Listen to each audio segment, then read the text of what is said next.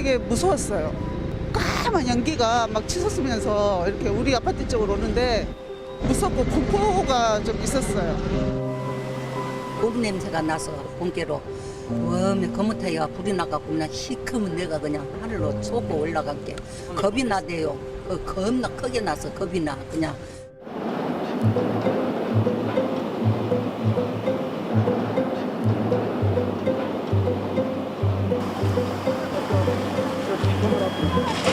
공으로 내려오지 마시고.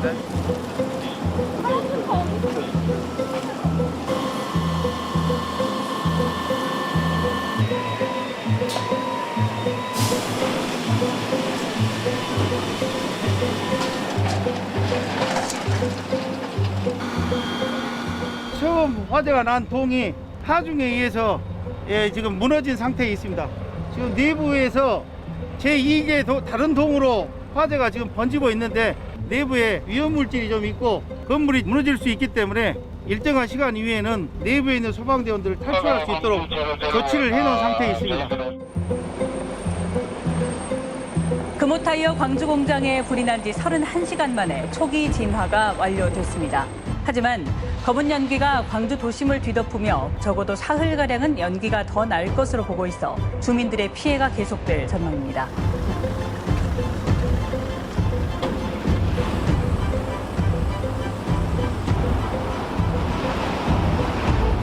연기가 심해가지고 호흡을 못 하겠어요. 동네 사람들이 마스크 쓰고 나오거든요. 주위에 있지를 못하겠어요. 냄새가 나가지고. 금방 잡히겠지 했는데 이렇게 오래 갈 줄은 몰랐거든요. 뭐 연기가 지금 계속 너무 심하니까 다시 다른 데로 가야 되나? 그리고 이제 주위에서 계속 뉴스가 나오니까 빨리 피해라, 대피해라 그렇게 문자가 계속 오더라고요.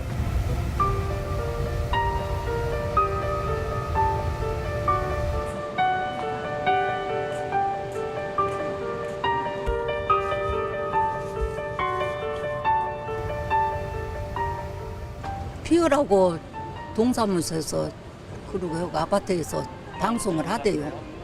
챙겨오지는 않았지. 그런데 그냥 몸만 빠져나왔죠. 그런 게로 이제 몰라 몸이 안 좋은 게 아픈 사람이라 한자라 그냥 춥고 그냥 머리가 아프고 목이 칼칼하고 막 그래갖고는. 금호 타이어랑 걸어서 한 15분 정도는 걸려요 집이. 그래서 저희 집까지는 연기가 안 오겠거니 했는데 오후 전부터 시커먼 연기가 집으로 계속 넘어와가지고 냄새가 너무 이제 미세한 냄새가 스며들고 문을 닫아놔도 계속 그러길래 어쩔 수 없이 새벽에 일로 대피를 했어요. 얘는 지금 눈도 시뻘개져가지고 눈 충혈돼 있고 얘는 기침하다가 토하려고 그러고 막 그러기도 해가지고 여기 있으면은 안 되겠다 싶어가지고 빠르게 준비해가지고 10분 만에 준비하고 나온 것 같아요.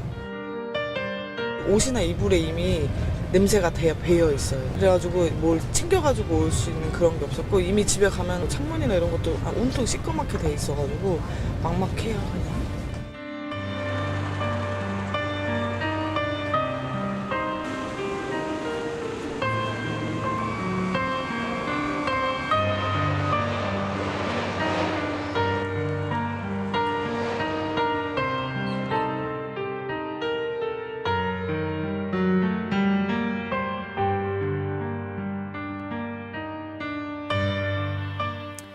네, 이렇게 화면으로 영상으로 보니까 당시의 상황이 얼마나 심각했는지가 느낄 수가 있습니다. 지금 말씀드린 것처럼 불이 난 지 77시간, 그러니까 사흘하고도 더 시간이 걸린 거거든요. 불은 진화가 됐지만 사실 주민들의 고통은 계속해서 지금 현재 진행형입니다. 관련해서 이야기를 좀 나눠보겠습니다. 조선대학교 직업환경의학과 이철갑 교수 연결돼 있습니다.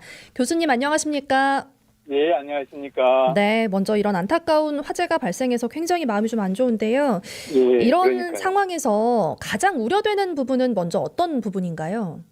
아무래도 그 화재로 인해서 특히 타이어 이게 여러 가지 그런 제품들이 네. 타면서 여러 가지 유독 물질들이 배출되니까 그거를 인근 주민이랄까 또는 화재 현장에 있는 어떤 회사 관계자들 또는 화재 진압하는 소방관들이 이걸 흡입하였을 때 호흡기나 피부질환 이런 것들이 발생할 수 있고요. 또 장기적으로 보면은 이제 여러 가지 그 발암 물질들이 많이 포함되어 있기 때문에 한두 번 이렇게 해갖고는 이제 뭐라고 딱 말씀드릴 수 없지만 그래도 노출됐으면 장기적인 건강에 문제가 있을 가능성을 배제할 수가 없겠죠. 네. 연기 속에 있는 유독 물질들이 굉장히 좀 우려되는 상황인 것 같은데 들어보니까 이제 주변 초등학교 학생들은 마스크를 쓰고 등교를 하고 뭐 그랬다고 하더라고요. 그렇다면 네, 특히 그렇죠. 예. 네. 특히 어린이들이랄지 노약자들은 더 문제가 있겠죠.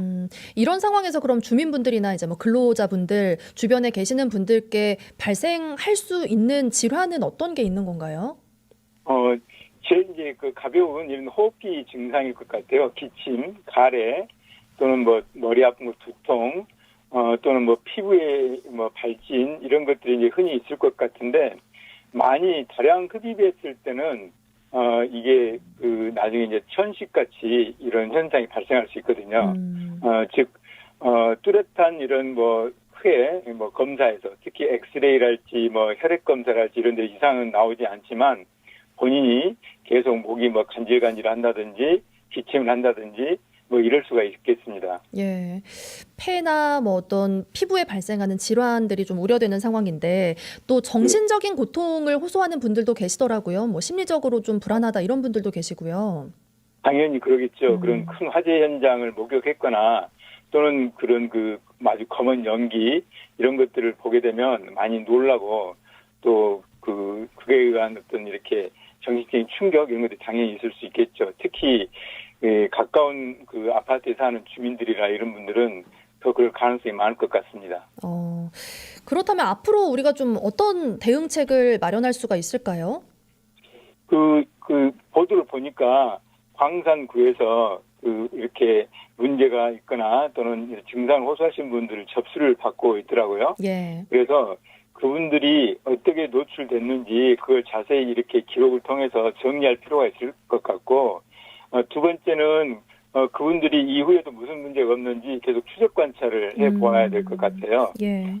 이제 특히 이제 그 주민들은 그렇지만은 그 화재 현장 가까이 화재를 진압하기 위해서 거기에 있었던 회사 관계자들, 노동자들 또는 진압 그 화재 소방관들 이런 분들도 무슨 문제가 없었는지 이렇게 뭐랄까 상담이랄까 이런 게 필요할 것 같습니다. 피해 접수를 일단 당연히 해야 되고 또 지금 당장 문제가 없더라도 앞으로 좀 추적 관찰이 필요하다고 말씀을 해주셨습니다. 예, 그리고 그렇죠. 예. 우리 지금 그렇지 않아도 광주 환경운동연합에서는 그런 그 대기 오염에 의한 문제, 특히 또 그 불을 끄기 위해서 여러 가지 그런 물을 뿌리거나 또 화학 물질을 이렇게 뿌렸잖아요.